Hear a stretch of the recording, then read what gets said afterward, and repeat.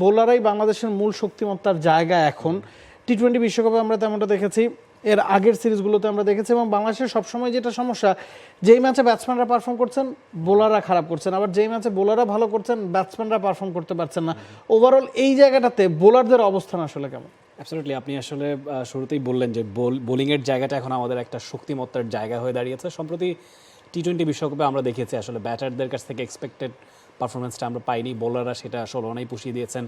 সেই কথাটা বোর্ড প্রেসিডেন্টও বলেছেন বিশ্বকাপ পরবর্তী যে মিটিং হয়েছে তারপরে বোলারদেরকে তিনি ক্রেডিটটা দিয়েছেন, তারা ক্রেডিটটা ডিজার্ভও করে। আসলে ওভারঅল আমরা যদি একটু দেখে নিতে চাই আসলে যে আসলে এই অর্ধেক বছর অবধি আসলে কার কী অবস্থান, ওভারঅল সবচেয়ে বেশি উইকেট আমরা দেখতে পাচ্ছি তাসকিন আহমেদ 28টা উইকেট পেয়েছেন 16টা ম্যাচ খেলে।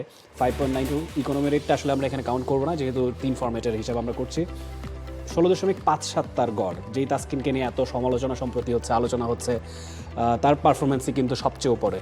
2 নম্বরে রিশাদ হোসেন 19 ম্যাচে 27টা উইকেট পেয়েছেন, 19.40 তার গড়। এই বছরই তার ইনক্লুশন হয়েছে ন্যাশনাল টিমে। Mustafizur Rahman as usual top লিস্টেতেও তিনি অনেক বছর ধরেই আছেন, 16 ম্যাচে 25 উইকেট, 17.24 গড়।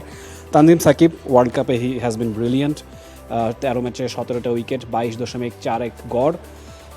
সাকিব আল হাসান 13 ম্যাচে 13টা উইকেট, শরীফুল 11 ম্যাচে 13টা উইকেট। বেশ কিছু নাম নিশ্চয়ই আপনি আরও নিতে চাইবেন যাদের নাম আসলে পর্যাপ্ত ম্যাচ খেলার কারণেই এই লিস্টে নেই। আমি সবার আগে একটু সাকিবকে নিয়ে কথা বলতে চাই, কারণ 13 ম্যাচে 13 উইকেট, তার গড় 30, ইকোনমি 4.84, এবং কোনো টেস্ট কিন্তু সাকিবের মধ্যে খেলেনি বাংলাদেশ। চলছে প্রেডিকশন গেম নগদ অ্যাপে, প্রেডিকশন করে জিতুন জিক্সার বাই টিভি, স্মার্টফোন সহ আরো অনেক পুরস্কার। অ্যাবসলিউটলি, এই বছরে অর্ধ বছরে শ্রীলঙ্কার বিপক্ষে 2টা টেস্ট খেলেছে, বাকি সময় ওয়ানডে বা টি-20 খেলেছে। 13 ম্যাচে 13 উইকেট সাকিবের নামের সাথে আসলে কতটা যায় এ বিষয়ে প্রশ্ন আছে। এবং পুরো টি-20 বিশ্বকাপে সাকিব বল হাতে পারফর্ম করতে পারেননি, এবং সাকিব আল হাসান যখনই আসলে ইন্টারন্যাশনাল ক্রিকেটটা খেলেন দেখা যায় যে তার ব্যাটিং নিয়ে প্রশ্ন ওঠে, বোলিং নিয়ে ওঠে না। এবং চলতি বছর তার বোলিংটা কেমন জানি আসলে নির্বিষ মনে হচ্ছে। এর কারণটা কি আসলে পর্যাপ্ত প্র্যাকটিসের অভাব? তার ব্যাটিং নিয়ে কথা হচ্ছিল বিপিএলের সময় যে তার চোখের সমস্যা, ওটা তো আসলে বোলিংয়ে এফেক্ট করছে না, কিন্তু স্ট্যাট বলছে বোলিংয়ে সাকিবের পারফরমেন্স খারাপ হচ্ছে। অ্যাবসলিউটলি, বিশ্বকাপেও আসলে পর্যাপ্ত বোলিং তিনি করেনি আসলে। অনেকগুলো ম্যাচেই তাকে দেখা গেছে বল হাতে একেবারেই নিষ্প্রভ, যে ম্যাচগুলোতে তিনি বল করেছেন। শুরুটা অবশ্য এত খারাপ ছিল না, জিম্বাবুয়ে নিউজিল্যান্ড সিরিজেও তিনি ভালোই বল করছিলেন। হয়তোবা একেবারে খুব সাকিবের নামের সাথে মেল আছে এমন পারফরমেন্স আমরা দেখতে পাইনি। 13 ম্যাচে 13টা উইকেট আসলে একটুখানি বেমানান সাকিবের নামের সাথে। আমরা শরীফুলকে নিয়ে যদি একটু কথা বলি, 11 ম্যাচে তার 13 উইকেট, গড় 39, ইকোনমি 6 কম। তিনি কি একটু আনলাকি কিনা? অ্যাবসলিউটলি, যেই সময়ে ইনজুরিতে পড়েছেন বিশ্বকাপের ঠিক আগ দিয়ে, তখনও আসলে ধরা হচ্ছিল যে শরীফুলই বাংলাদেশের যে কোনো ফরম্যাট মিলিয়ে 1 নাম্বার বোলার। এরপরও কোনো ম্যাচ না পাওয়াটা আসলে নিশ্চিতভাবেই আনলাকি। অ্যাবসলিউটলি, আগের বছরেও তো টি-20তে হায়েস্ট উইকেট টেকার এই শরীফুলই ছিলেন। ইনফ্যাক্ট আমরা হয়তো এলপিএল নিয়েও কিছুক্ষণ পরে কথা বলবো, তিনি 2টো ম্যাচে 4 উইকেট পেয়েছেন। তিনি তার প্রতিভার ঝলকটা দেখিয়েছেন। হয়তোবা এখানে 39 গড় দেখা যাচ্ছে, 11 ম্যাচে 13টা উইকেট, কিন্তু আসলে তার কাছ থেকে এই বছরেও কিন্তু কিছু ভালো পারফরমেন্স আমরা দেখেছি। বাকি 6টা মাসে আমরা ওয়েট করে থাকবো আসলে শরীফুল তার চেনা রূপে ফিরবেন। এবং সবচেয়ে বড় পাওনা নিশ্চিতভাবে রিশাদ হোসেন। এখন পর্যন্ত 19 ম্যাচে 27 উইকেট রিশাদের।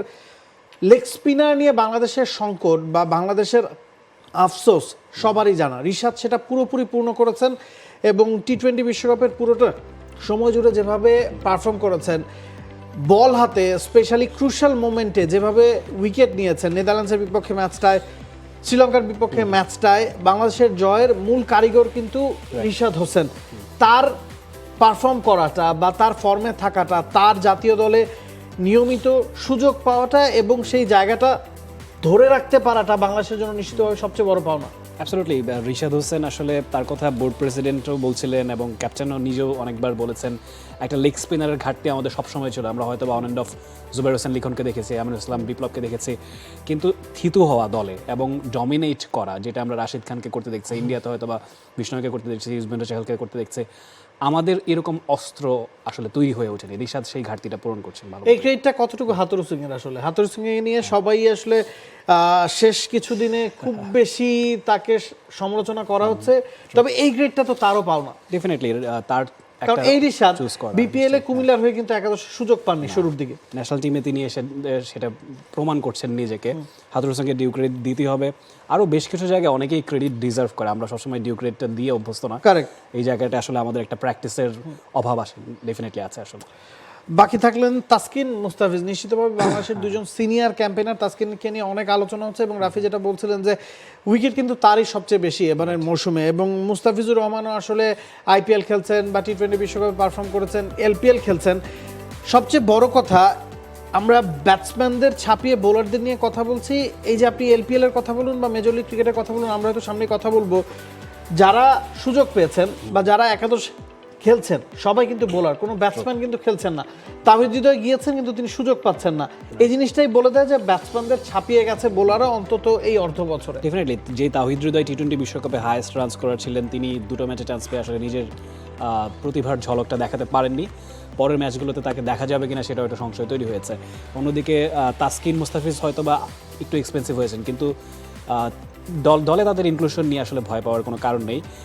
মুস্তাফিজুর রহমানের কথা বলতে হচ্ছে, তিনি সোফার যেভাবে করে খেলছেন ইন্টারন্যাশনাল টিমে, টেস্ট ক্রিকেটটা তিনি এখন আর ওইভাবে খেলেন না, কিন্তু লিমিটেড ওভারে কিন্তু মুস্তাফিজ এখন অনেক বড় অস্ত্র। আমরা আইপিএলে যাবার পরেও দেখেছি যেভাবে তিনি পারফর্ম করেছেন। না, জাতীয় দলে একটা সময় তাকে ড্রপও করা হয়েছিল বেশ কিছু ম্যাচে, কিন্তু এখন মনে হয় না বাকি সময়টাতে বাংলাদেশের রিস্কটা নিতে চাইবে বলে। For more updates, subscribe to our YouTube channel and click on the bell icon. Follow us on Facebook and Instagram. Download T-Sports app to enjoy exciting games and highlights. Visit tsports.com.